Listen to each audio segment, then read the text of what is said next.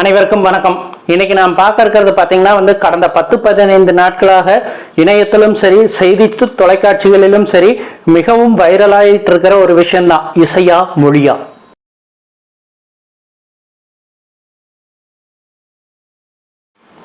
இந்த கேள்வியை கேட்கறதே நம்ம மிகப்பெரிய அபத்தம்னு தான் சொல்லணும். ஏன்னா திரைப்பட பாடல்களை பொறுத்த வரையிலும் இசையும் மொழியும் ஒன்றுடன் ஒன்று கலந்தது தான். ஸோ இளையராஜா என்னைக்கோ சொன்ன ஒரு விஷயத்தை எடுத்துக்கிட்டு இன்னைக்கு எல்லாரும் பேசிட்டு இருக்காங்க.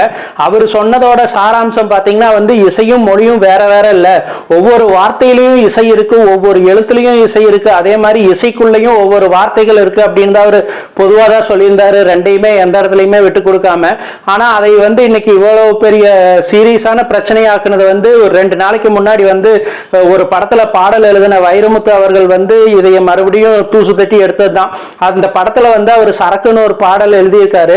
அது எப்படின்னா சரக்கு கடையிலேயே போயிட்டு சரக்கடிக்கிறத கேவலம்னு சொல்லி எழுதுற மாதிரி ஒரு பாட்டு, பாடுற மாதிரி ஒரு பாட்டு எழுதியிருக்காரு. ஸோ அந்த பாட்டை ப்ரமோட் பண்ண போனவர் அதோட நிறுத்தி இருந்தா பரவாயில்ல. ஆனா இந்த டாபிக்கை கையில் எடுத்துட்டு அதை தெரிஞ்சவங்க தான் மெய்ஞானி, தெரியாதவங்க அஞ்ஞானி அப்படின்னு சொல்லிட்டு அவருக்கு கலைஞர் கொடுத்த பட்டம் இசைஞானிங்கிற பட்டத்தை குறிப்பிட்டு அவர் பேசினதாக எல்லா இடத்துலையுமே பரப்பப்பட்டுச்சு. ஸோ இதை வச்சு கங்கையமரன் கூட வைரமுத்து பயங்கரமா திட்டியிருந்தாரு. அவரோட இசை இல்லாம நீயோ நானோ பாடகராக முடியாது, பாடலாசிரியர் ஆக முடியாது, அதனால நீ அமைதியா இருக்கிறதா உனக்கு மரியாதை அப்படிங்கிற மாதிரி எல்லாம் பேசியிருந்தாரு, ரொம்ப கேவலமா. ஸோ இதுல எது எப்படி இருந்தாலும் பாத்தீங்கன்னாலும் ஒரு திரைப்பட பாடலுங்கிறத எடுத்துட்டோம்னாவே இசையும் மொழியும் ஒன்றுடன் ஒன்று கலந்தாதான் நல்லா இருக்கும்.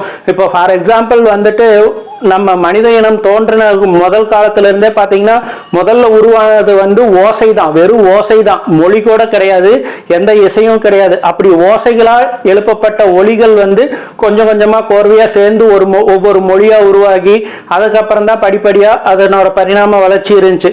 ஸோ அதே மாதிரி பாத்தீங்கன்னா பாடலோ கவிதையோ, ஃபார் எக்ஸாம்பிள் ஒரு கவிதையை எடுத்துக்கிட்டா கூட எனக்கு ரொம்ப பிடிச்ச ஒரு ஹைக்கூ கவிதையை பத்தி சொல்றேன். தொட்ட நினைவு புரட்டிய பக்கத்தில் கூந்தல் முடி அப்படிங்கிற ஒரு ஹைக்கூ கவிதை.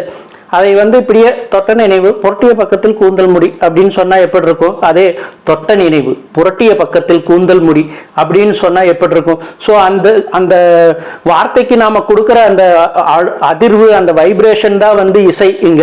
அதை எல்லாருமே தெளிவா புரிஞ்சுக்கணும். ஃபார் எக்ஸாம்பிள் எம்ஜிஆரோட ஒரு பாட்டு, அதோ அந்த பறவை போல வாழ வேண்டும், இதோ இந்த அலைகள் போல ஆட வேண்டும் அப்படின்னு சொல்லி கவிஞர் சும்மா எழுதி கொடுத்துட்டு போயிட்டாரு. அதை அப்படியே நாம ஹம் பண்ணோம்னா அது பாடலாவா இருக்கும்?